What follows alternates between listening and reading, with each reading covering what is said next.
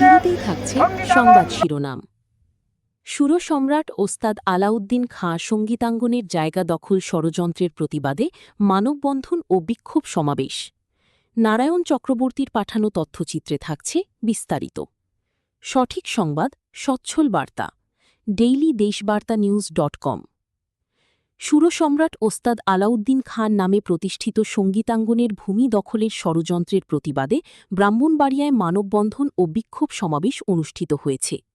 একই সঙ্গে Alauddin Khan cultural complex প্রকল্পের দ্রুত বাস্তবায়নের দাবিও জানান আন্দোলনকারীরা।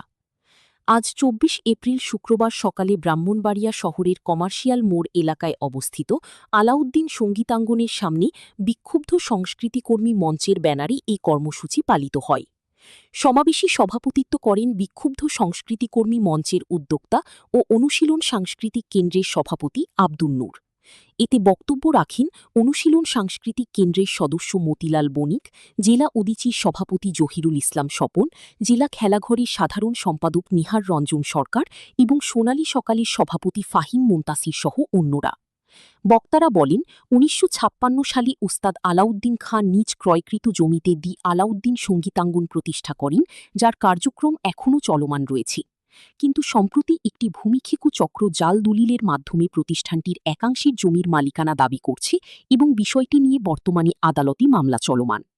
তারা অভিযোগ করেন, এই ধরনের দখল চেষ্টা দেশের সাংস্কৃতিক ঐতিহ্যের ওপর আঘাত। অবিলম্বে এই ষড়যন্ত্র বন্ধ এবং দায়ীদের বিরুদ্ধে ব্যবস্থা নেওয়ার দাবি জানান বক্তারা। পাশাপাশি চলমান আলাউদ্দিন খাঁ কালচারাল কমপ্লেক্স প্রকল্পের কাজ দ্রুত সম্পন্ন করার জন্য সংশ্লিষ্ট কর্তৃপক্ষের প্রতি আহ্বান জানান তারা।